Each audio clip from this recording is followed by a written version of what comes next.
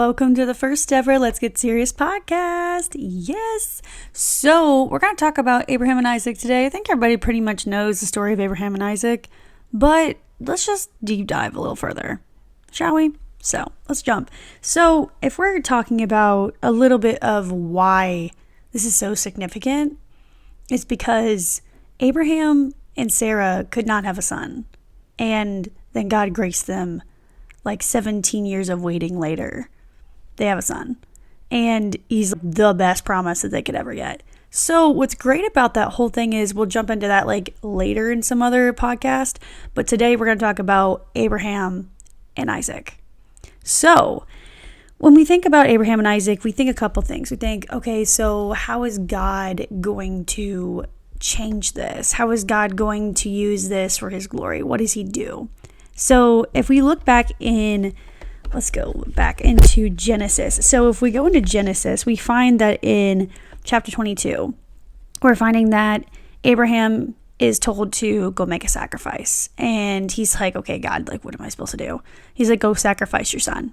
And without hesitation, he takes his son, goes into the wilderness, and decides, oh yeah, I'm going to do this. Like, I'm actually going to sacrifice my son. Probably in his mind thinking, this is insane. This is absolutely insane. This child I've waited for literally 17 years. Just, I gotta give him up, that's scary. That's really, really scary. And the best part is, we sit there and we realize how significant that is. And we are thinking, I could never, like if I had a kid, I would never be able to do that.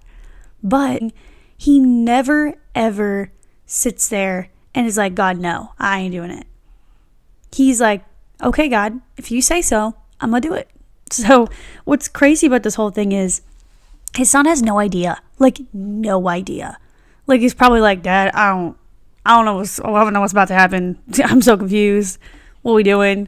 And he cuts up wood and he decides he's going to go and make sacrifice out in the middle of the woods. And it's like, it sounds insane. Like, it sounds a little insane to just go into the woods with your son and be like, hey, get up here. Let me sacrifice you. It's great. I mean, I'm not the only one that probably be like, this is a little bit insane. Just a little bit. But as we deep dive into this a little bit further, we see so much of what God does with this situation.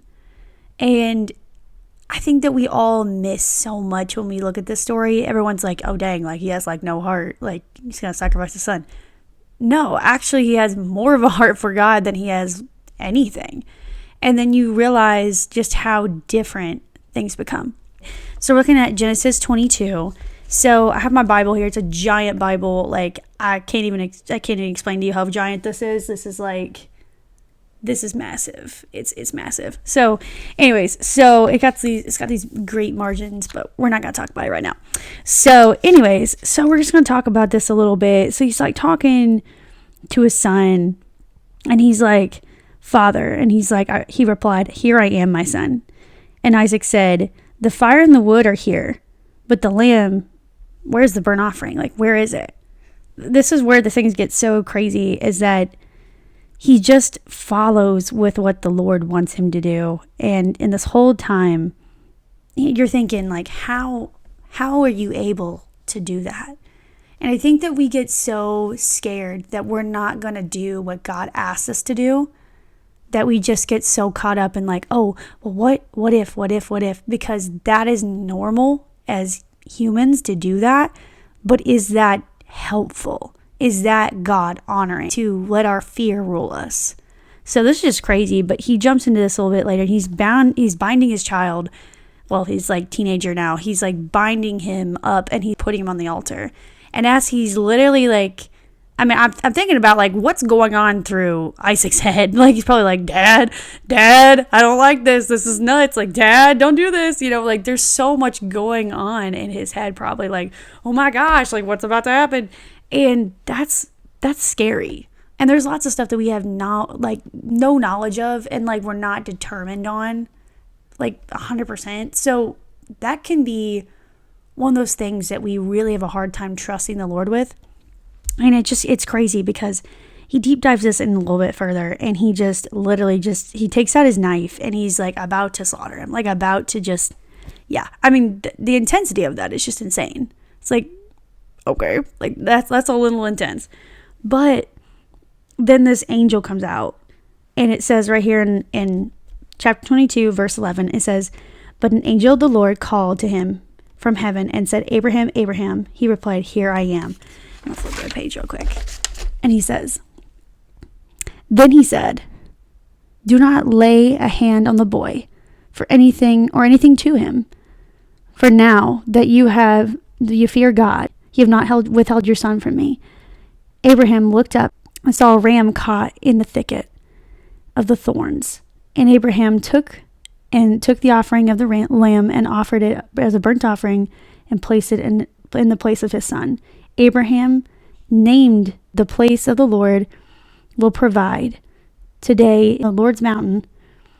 And then the angel of the Lord called to Abraham the second time from heaven and said, 'By myself I have sworn the Lord's declaration, because of what you have done and you have not withheld your son from me. I will indeed bless you with offspring as numerous numbers.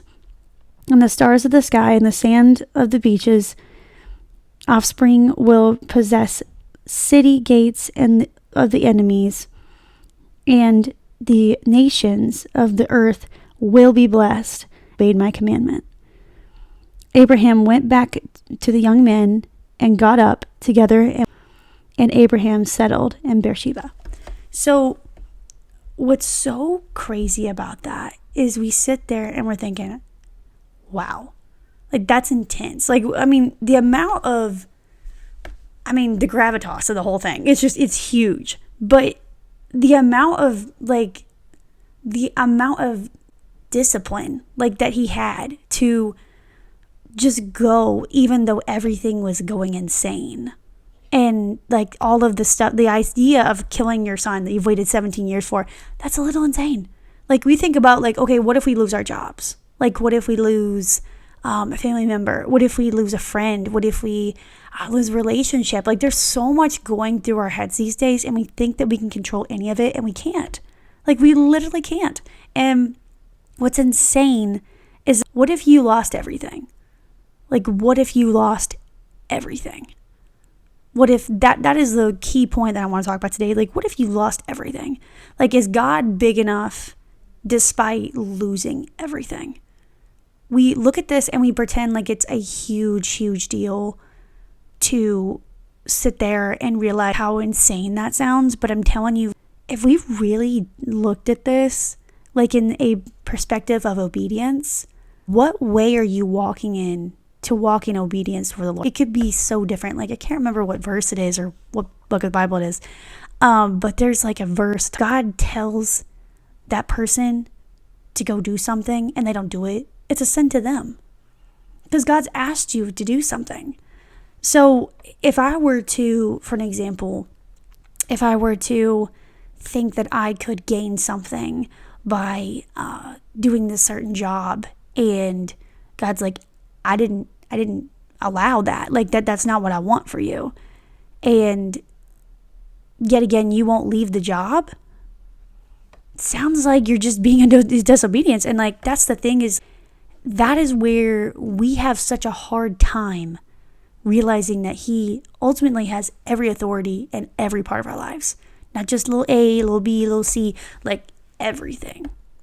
And I know this for me, that like I've withheld stuff from God and been like, God, you can have this, and this, but not this.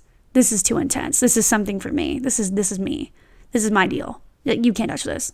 And it's like, I have to rethink that, because God does not allow you to just hold on to one part and just like let him have the rest and like discard like this one little area that you want to take care of yourself.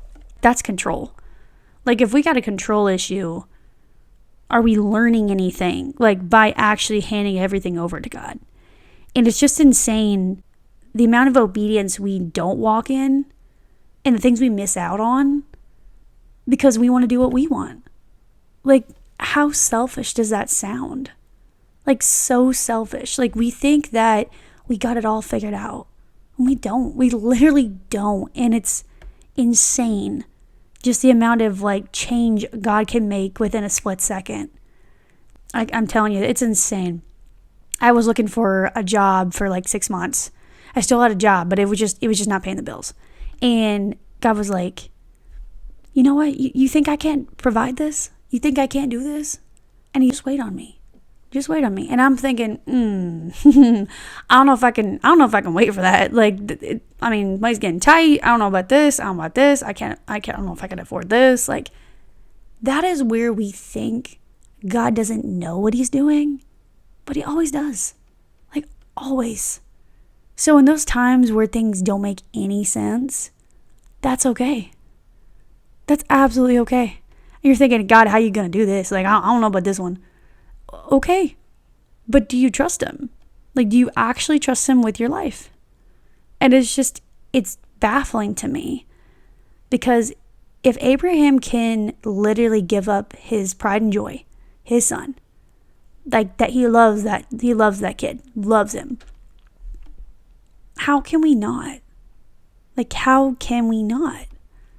And then we look a little later in this chapter and we see just how amazing God is when we obey him.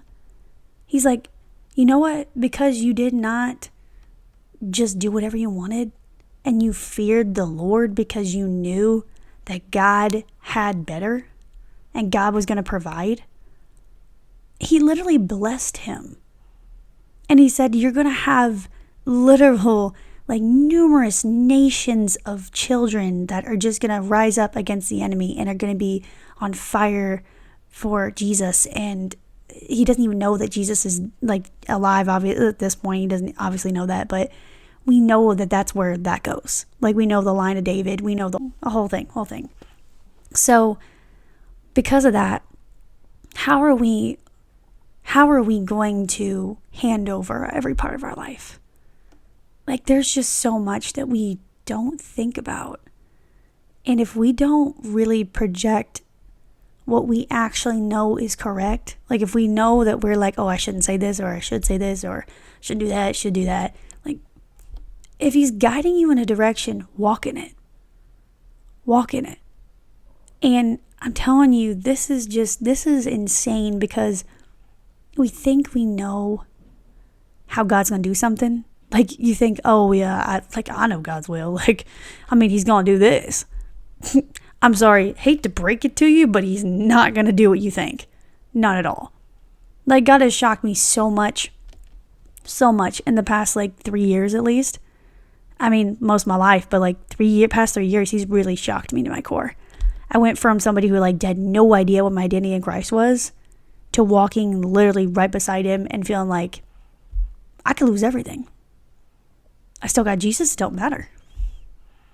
It doesn't matter at all. I don't look at this as a fall anymore. Like this, like there's a default if God takes that away.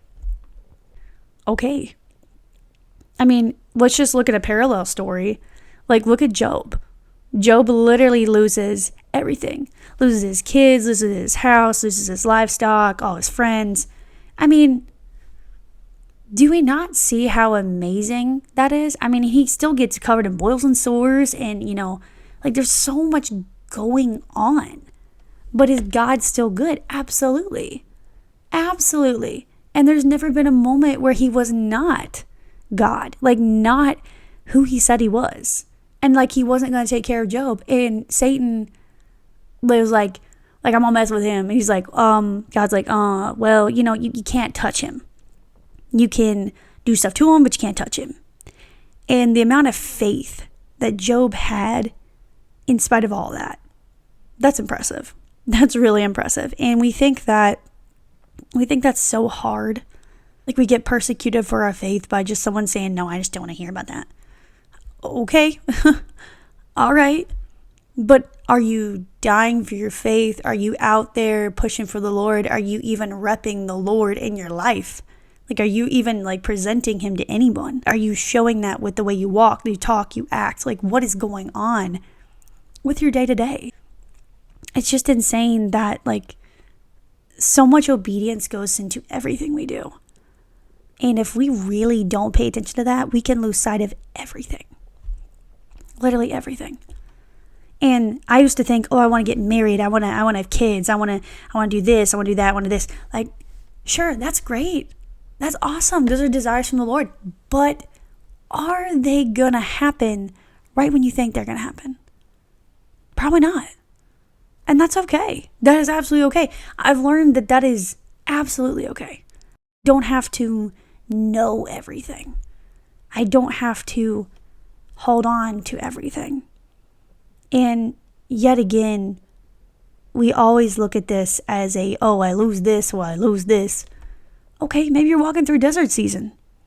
Maybe you're going through something and God's teaching you something. Hey, all this stuff is going to happen to you. How are you going to rely on me? Are you going to rely on me? Like, I'll tell you this, some of the stuff that's happened to me lately. I had a car accident. And it was because of a deer. Funny story about that. There was a deer, and then my Cadillac converter got stolen, and the whole exhaust system got taken out. Not even 2 weeks apart from each other. My cousin gets sick and passes away and leaves 4 children and a wife. And then we have to go to her funeral. And then after that, I'm trying to be there for the family and everything. And then I'm trying to plan an event for New Year's. In the middle of all that, I get sick. You can't tell me that's not a whole Job moment. I mean, that is okay. And you know what? Through that whole thing, at first I was like, I don't like this. This is irritating. This sucks. Okay. Yeah, it may. But let me say this much. God was still God. God was still good. There was nothing about that changed anything about how God was. God was always still good. I mean, we think that we really don't know how to do something because, God, I don't know the answers. Okay. It's because you don't know the answers doesn't mean you don't trust him. You're going to have to, that's what the aspect of faith is like putting belief in the unknown. That like he's gonna do it. He's who he says he is. He's God. I mean, he has ultimate authority of everything. So why would you question him? So in this, going back to this passage, Abraham just completely is like, okay, I'm gonna stab my kid. I don't really want to do this, but I'm gonna do it. And the angel's like, whoa, Abraham. Wait a minute. I got a ram. It's over here. And I'm so glad you trusted the Lord even with the blessing that he gave you. And that's insane to look at that and think, okay, well, this could be something, bad or whatever. That this could be, I'm sure there's a lot of stuff going through his head, Isaac's head. I mean, come on, let's get real. But at the same rate, did he still obey? Absolutely. So when we look at life's trials, how are you handling it? What are the things that you are not paying attention to? What are the things that God's asking you to change and you've been avoiding maybe for months, years, maybe most of your Christian walk? Where are you missing the mark? And it can be so easy. It could be in multiple areas. It could be in one area. But God just wants your heart. He wants your obedience. He wants you to trust him. Especially when you really don't know answers. And I gotta say, the times I think things are impossible, that's when he shows up the most. Like he literally will show up and be like, do you really think I can't do that? Do you really think I can't do that? I don't know if you guys know this verse, but it's John 10:10. The thief comes only to steal, kill, and destroy, but I have come so they may have life and have it to the fullest. He wants you to have a full life. He wants you to enjoy life in him, like inside of him. I mean, it's not like he's out there trying to make your demise. Honestly, we wonder about where our walks are and everything. And I just keep looking at Matthew 7:7. Ask and it will be given to you. Seek and you will find, and knock and the door will be open to you. So where is the trust? Where is the commitment? Like, where is that with the Lord? Like, are you pushing for it? Are you not? Ask yourself those questions. I have to ask myself that all the time. And I still am never great at it, but I'm going to work at it every time. And I would say to anyone out there that is struggling in their faith, please don't lose hope. Just because you don't got something right now, or you're not sure where you're going to go or where you're going to be, or what job you're going to get, if you're going to get a job and get out of college, or you're not sure if you're going to get into a relationship, you're not sure if you're going to, get right with your parents. God is bigger than all that. So much bigger. You are not in control of your life. You have a very minimal little amount of control. And that's how you respond, act, and your obedience. Where does your obedience lie? So that's the biggest thing I want to just leave you all with today. How are you responding to the Lord? What are you pushing with? What are we learning from this? Honestly, we look at Bible stories and we think this doesn't apply to me anymore. It's Old Testament, it doesn't matter. I'm going to say a hard no to that. Listen, the Bible is always right through and through. God would not have made it his word if it wasn't. So I would ask and encourage you all to read Old Testament. Like, I would encourage you all to do that. And I would encourage you to read the story of Abraham and the story of his son and like the things that he had to do in order to get his son. And we're going to go into that further in another podcast, and we're going to talk about Abraham and Sarah. But as of right now, we are just talking about Abraham and Isaac. And we know so much about how God can change and morph lives and just completely make someone look like they've never looked before. Completely brand new. So let's have faith for that. And for the people who are dealing with people that won't turn to God and you love them to death, keep praying. Don't lose faith. Don't lose hope. Walk in obedience. Step there. Even when you're not sure where it is. I don't know if you guys know about the horse and the boy. Little side note. That's kind of how my brain works. I was just thinking about the horse and the boy, and the horse is telling the boy, like, just take one more step. Even when you can't see it. Like, you can't see the step in front of you. Like, you can't see how far in front of you, but you can see the first step. Like, take the first step. That's where that is. You have to walk even when it doesn't make sense. Even if you're not sure what your next step is going to be, you walk in obedience. And to anyone that does not feel like they can do that, like maybe your anxiety is running like crazy, maybe you have depression, maybe you have both. As someone who can tell you that I have dealt with a lot of crap before, of like walking through anxiety and walking through depression and stuff, I'm telling you, all that goes away with Jesus. He can help you. I promise. He's not left me high and dry. I used to be anxiety-ridden, panic attacks, thinking that my life was going to be controlled by that. I had to hand everything over. Everything. My past, my issues, the way I looked at things. Everything had to go to him. Everything. And I still have to submit those things even now. It doesn't just stop because you did it once. You continuously ask the Lord to do it. That's where the obedience, the trust, and the faith comes in that you never thought you would have.